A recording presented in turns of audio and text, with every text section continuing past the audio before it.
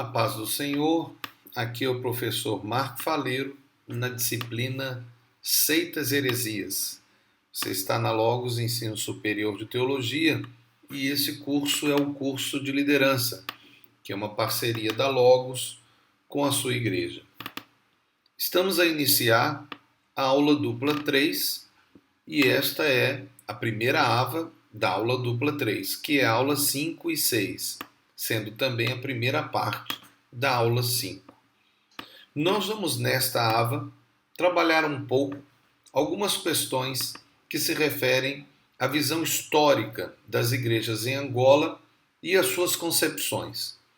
Teremos dois aspectos principais: uma análise bíblica e uma análise legal. Depois disso, iremos fazer uma abordagem rápida acerca da realidade da construção das igrejas que são consideradas legalizadas ou registradas. Vamos começar com a abordagem de um aspecto, já com os conceitos que você recebeu da teologia, no que concerne às ideias do que é fenômeno religioso, do que é religião, do que é seita e também até do que é heresia. Sempre lembrando que nós analisamos por dois aspectos. O aspecto da igreja em si, que é teológico e bíblico, que consideram, por exemplo, a questão da religião como o aspecto do religare, que é o que nós cremos, que Jesus Cristo é a nossa religação, portanto, a religião cristã é a única religião verdadeira, e também o aspecto de seitas e heresias, considerando seitas e heresias dentro do aspecto doutrinário, ou seja, uma seita herética e uma heresia como um erro bíblico. Quando nós consideramos esse aspecto é uma coisa, mas também tem um aspecto sociológico da ciência da religião que considera o aspecto das seitas e da heresia social. Mas nós vamos então, considerando esses aspectos, entrar na questão da proliferação de seitas. Quando nós ouvimos isso, muitos de nós, inclusive eu, podem se sentir até ofendidos quando as igrejas pentecostais, especialmente aquelas que são chamadas de ilegais, elas são consideradas seitas. Até porque esse é um aspecto que se torna negativo, pejorativo até. Então nós temos que fazer aqui uma análise para que nós possamos ter uma convicção própria, baseada em conceitos científicos, sim, mas principalmente na Bíblia Sagrada, que é a nossa base de fé e prática. Se as características das seitas forem da igreja cristã, nós temos que considerar a Bíblia. Pois qualquer um pode ser enganado e ser dominado até por uma seita herética. E qualquer igreja pode virar uma seita herética no sentido negativo. Nós queremos chamar essa atenção porque a Bíblia Sagrada nos fala em 1 Coríntios 10, 12, assim, aquele que julga estar firme ou de pé, como uma tradução diz, cuide-se para que não caia. Então, essa é uma chamada de atenção da Bíblia Sagrada, 1 Coríntios 10, 12. Mas esse texto está num contexto. Vamos ler o contexto da frase dentro do parágrafo bíblico. Lembre-se, todo texto fora do contexto vira um pretexto. É uma norma da hermenêutica.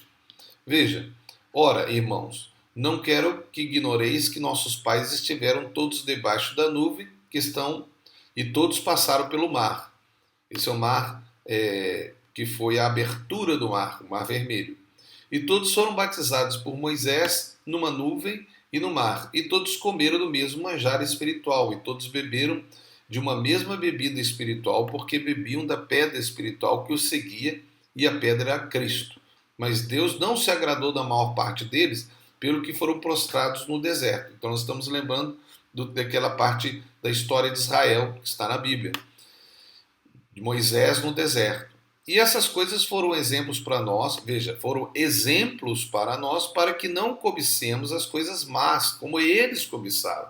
Não façais, pois, idólatras como alguns deles, conforme está escrito, o povo assentou-se para comer e para beber e levantou-se para divertir-se. E não forniquemos como alguns deles fornicaram e caíram mortos. Num dia, 23.000. E não tentemos a Cristo como alguns deles tentaram e pereceram pelas serpentes. Veja aí 1 Coríntios 10, de 1 a 15. Vamos continuar. No verso 10. E não murmureis, como também alguns deles murmuraram e pereceram pelo destruidor. Ora, todas essas coisas lhes sobrevieram como exemplos. E estão escritos para aviso nosso. Nosso quem? A igreja. Aqui ele está a falar a igreja. Para quem já chegamos os fins dos séculos. Aquele, pois, que pensa estar de pé, ore para que não caia. Então veja o que está o contexto. Não vos sobreveio tentação senão humana, porém fiel é Deus que não vos deixará tentar acima do que podeis, antes com a tentação dará também o meio de saída para que a possais suportar. Portanto, meus amados, fugi da idolatria, falo como a pessoas sensatas, julgai vós o que vos digo, o que digo. Então veja, julgai, sejam pessoas sensatas, fujam da idolatria. Saibam que a tentação que vem, Deus dá, ela é humana, mas Deus dá o escape para a tentação.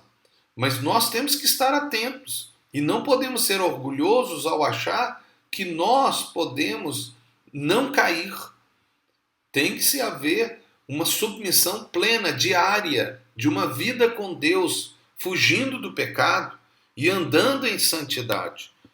No contexto do texto, o alerta é para nós, a igreja. Veja o que o texto diz no verso 9. E não tentemos a Cristo como alguns deles também tentaram e pereceram pelas serpentes, que é aquele caso da Neustã, aquela serpente que foi levantada no deserto.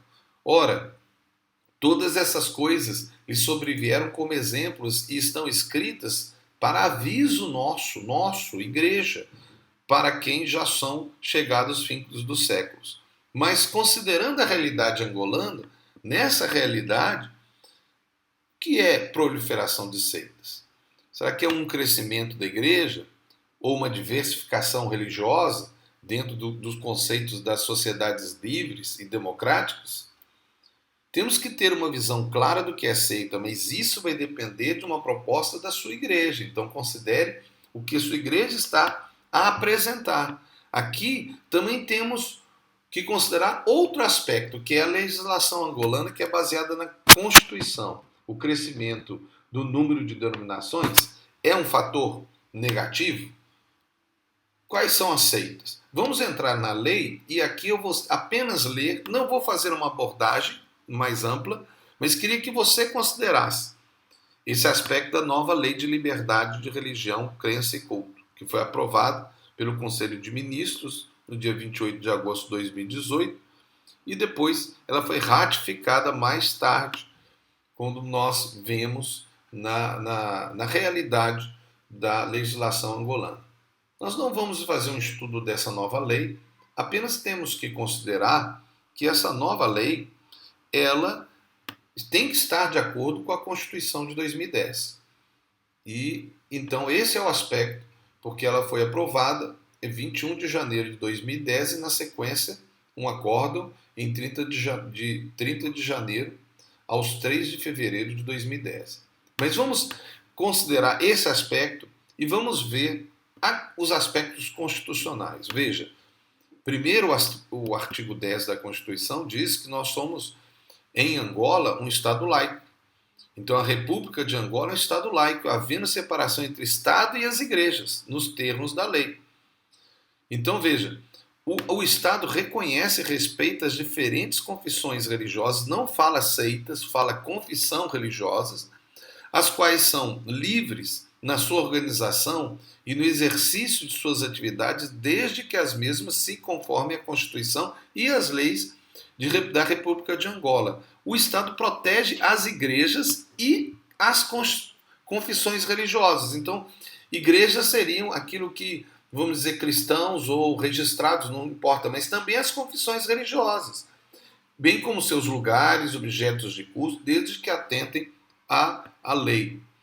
Outro aspecto, o artigo 10, nós vemos já o que existe a ideia da confissão religiosa e de igreja. A nomeação de grupos religiosos como seitas já é em si um aspecto inconstitucional ou não? Pense, o Estado protege igrejas e constituições religiosas. O Estado reconhece e respeita as diferentes confissões religiosas. Veja, o artigo 41, e a gente vê a liberdade de consciência, religião e culto, ninguém pode ser privado de seus direitos, perseguido ou isento de obrigações do motivo da crença religiosa ou convicção filosófica ou política. É garantido o direito à objeção de consciência nos termos da lei. Ninguém pode ser questionado por qualquer autoridade acerca de suas convicções ou práticas religiosas, salvo para a recolha de dados estatísticos, não individualmente identificáveis. Então veja, nós temos outros aspectos que poderíamos levantar, que é o princípio da universalidade, da igualdade, o direito à integridade pessoal, à identidade, à privacidade, à intimidade, né? A própria liberdade de reunião, de manifestação, liberdade de associação, a restrição de direitos, liberdades e garantias, tudo isso pode ser considerado. O fato é, será que a lei é discriminatória, dificultando para as minorias? Outro aspecto é a nova lei, ela profissionaliza o ministério religioso. Será que isso, com credenciais de teologia e bíblica, que não é bem definido? Bom, fica todos esses aspectos para você analisar, nós não vamos abordar, apenas colocamos aí para sua análise. Agora vejamos o aspecto histórico numa visão imparcial. Em 1987, 24 de 87, 12 denominações foram consideradas legais. Estão elas aí, né? A IESA, a IECA, a Igreja Católica, a Metodista, a Igreja Evangélica de Angola, a Igreja Batista de Angola, a Igreja Evangélica Reformada, os Quimbanguistas, a Assembleia de Deus Pentecostal, os Adventistas do Sétimo Dia, a Convenção Batista e a União das Igrejas Evangélicas, que é o IEA. Quais dessas eram cristãs realmente cristãs, igrejas realmente cristãs? Quais eram seitas?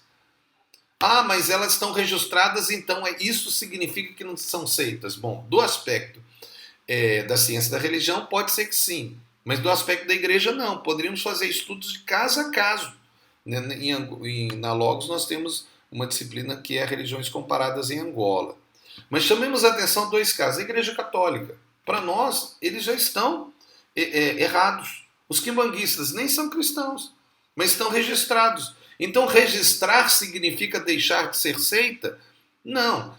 Na verdade, o termo seita nem deveria ser usado do ponto de vista constitucional. O que é a igreja? Somente é decidido pela Bíblia. Mas o governo pode regularizar a religião. Contudo, no Estado laico, a liberdade religiosa é direito civil.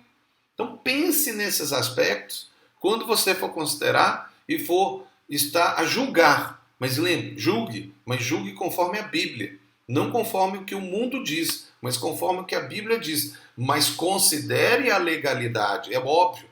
Nós, inclusive, especialmente as igrejas que não estão regularizadas ou legalizadas, devem procurar estar. É claro, a Bíblia diz que nós devemos estar sob as leis da nossa terra. Mas nós somos igreja porque Jesus diz que somos, independente do que qualquer governo diga, porque a sua fé é sua fé. Aqui é o professor Marco Faleiro, na disciplina Seitas e Heresias, do curso de liderança da Logos Ensino Superior de Teologia. Deus te abençoe, em nome de Jesus. Amém.